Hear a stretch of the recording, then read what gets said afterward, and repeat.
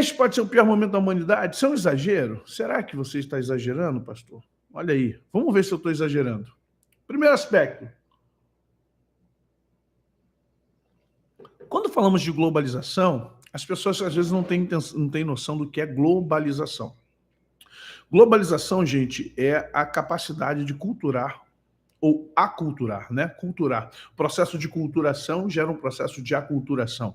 Primeiro, dependendo do continente do país, você primeiro enfraquece a cultura local e joga a cultura de fora. Isso está vindo desde o século XVI, né?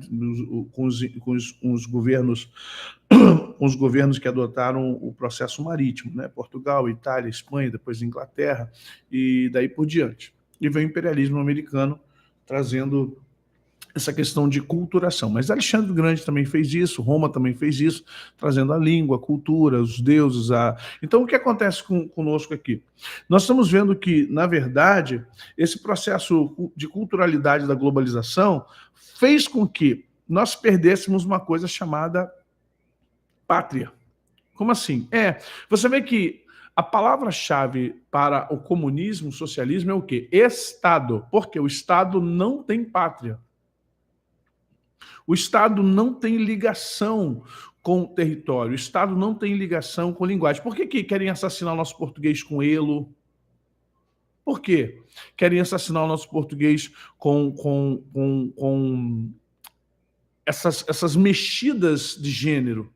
Isso não tem a ver com respeito ao gênero de A e de B e de C. E não é a minoria quem diz que vai ser assim, que vai ser assado. Só que a minoria tem recebido apoio da grande mídia. E aí nós estamos o quê? Vivendo esse momento de culturalidade da globalização há 20 anos. Há 20 anos, exatamente, há 24 anos, que estamos vivendo essa culturalidade da globalização, que passou da linguagem. Antigamente você fala assim, você vê aqui, quantas coisas nós aportuguesamos aqui que é inglês, que não tem nada a ver com português. Criamos neologismos, criamos novos artigos, né? No caso do elo, criamos novas palavras, né? Para justamente perder a questão da culturalidade da língua portuguesa. Estamos falando de você deixar de falar o português para começar a usar linguagem ou começar a usar fonemas, processos fonéticos de comunicação de outra língua. Isso começou com justamente o inglês. Então, hoje, tudo nosso é muito anglo ou inglesado. Não falando do inglês americano, inglês britânico, mas por quê? Vem essa coisa da culturalidade, mas isso é proposital, porque isso é para tirar o processo linguístico de uma nação. Isso é para justamente pulverizar o processo de identificação nacional. E uma das coisas que o comunismo, o socialismo faz é quebrar a nossa identificação pátria. Por que eles estão odiando a bandeira do Brasil? Porque a direita que se levantou através do Bolsonaro, ela nos trouxe, nos remeteu a uma identidade. Criou uma identidade. Criou o que para nós? Criou um ícone, criou um símbolo, um signo, um significado. A bandeira do nosso país criou um significado. E isso irritou muito esse movimento, porque o movimento de esquerda ele quer justamente quebrar todo o significado pátrio. Porque o Estado tem que tomar o lugar da pátria. A pátria não pode ser. A pátria não pode ficar no lugar do Estado. É o contrário. O Estado tem que tomar o lugar da pátria. Por quê? O Estado não tem pátria. É interessante você saber disso, sabia? O Estado não tem pátria. O Estado é mundial, porque a ideia é fazer com que o Estado se alastre num continente. E aí, de Estado em Estado, você tem justamente as repúblicas, como foi a Rússia. Se você parar para pensar, a Rússia, a antiga União Soviética. Um bloco, como queria que fosse o bloco europeu, e no caso a Inglaterra ruiu, os britânicos ruíram e meteram o pé.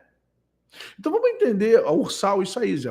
A URSAL, a União das Repúblicas Socialistas da América Latina. Então, URSAL, teríamos o bloco asiático comunista, só que a China não vai ceder para a Rússia não vai ceder para a China, a Índia também não vai entrar. Então, mas há uma globalização. E a globalização começa com a culturalidade. Então, esse é um aspecto para a gente entender por que esse pode ser o pior momento da humanidade.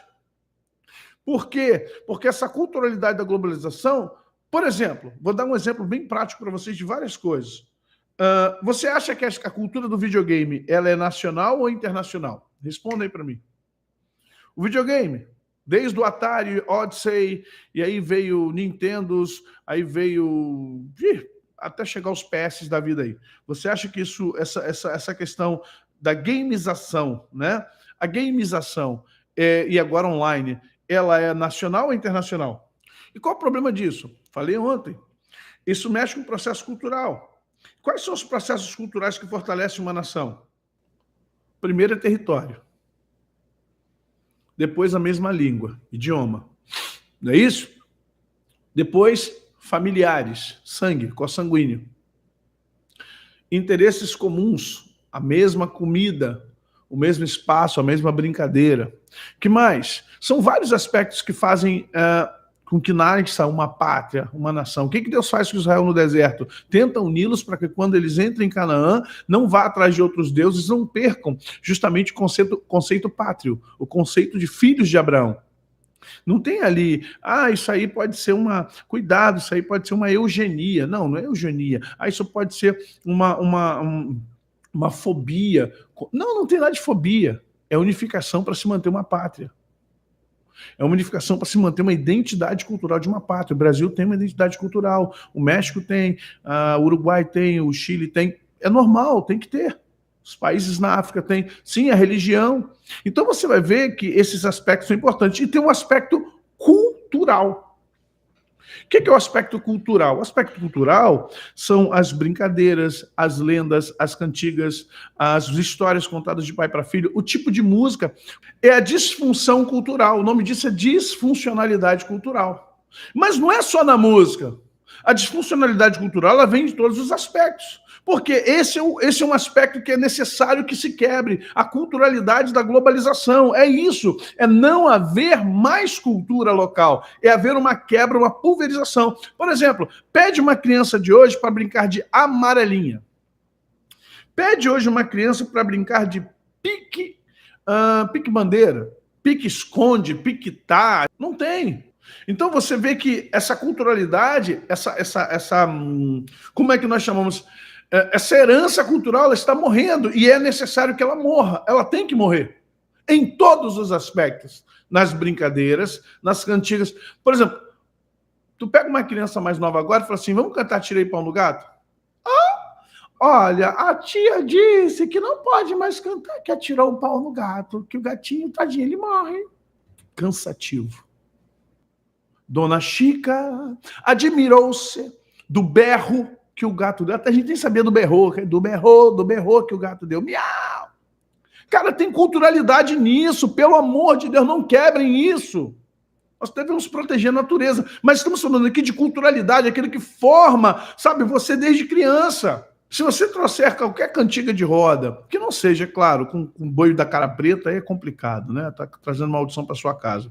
Mas tirando essas canções que não são tão de influência, né, de feitiçaria, ou de boitatá, de mula sem cabeça, mas você não vê, as crianças não cantam mais. O que as crianças estão cantando agora? Mundo Bita. Aí, as crianças agora estão vendo isso. Pararam de assistir isso já há muitos anos atrás, há 20 anos atrás, começaram a assistir Ben 10. Começaram a assistir, estou lá de trás. Aí começaram a ver desenhos de transformações e começaram a ver coisas tecnológicas de Japão, de Estados Unidos. O que acontece, gente? O que você está vendo aqui? Você está vendo aqui um processo de quebra de culturalização. Em 30 anos é uma geração. Já são pais. Quais são as memórias que esses caras de 30 anos, que as moças de 30 anos, as pessoas com 30 anos têm? Pique-bandeira, futebol. Já falei. Tu pega umas crianças para correr no shopping, já viu como é que corre? Já falei, já corre assim, igual uma salamandra em cima da água. E cai. Aquelas sandálias franciscanas. Gente, sabe, esses processos de culturalização global, essa coisa. Havaiana de pau, havaiana com prego.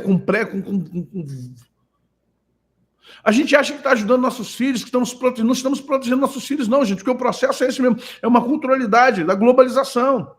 E o que acontece com isso? Vem outros aspectos. Quais aspectos? A masculinização das mulheres e a feminilização dos homens. Porque você pega isso de outras culturas. Você vai pegar isso nas Europas da vida aí, você vai para a Europa lá, e isso vai enfraquecendo uma nação. Agora, qual o processo? Qual o projeto? Vocês vão ver. Segundo aspecto, o aspecto da economia. Olha aí, nossa moeda hoje, o dólar está 5,27, barateou, caiu um pouquinho, e o euro 5,40 e pouco, se eu não me engano. Aí pergunto a você, chega um momento que você que viaja um pouquinho vai para fora do país, você vai querer ter em casa real ou dólar? Você vai querer, se você vai a Portugal 2 vezes ao ano, se você vai à Europa 1 vez ao ano, você vai querer ter em casa real ou euro? Fala para mim, tanto para ir como para ficar. O que é mais interessante você ter na sua casa? Se você pudesse juntar um dinheirinho, você quer juntar em real ou quer juntar em dólar? Quer juntar em real ou quer juntar em euro? Esse é um processo que a gente está passando, processo econômico. A nossa economia vai ruir, gente, a nossa economia vai pulverizar aqui.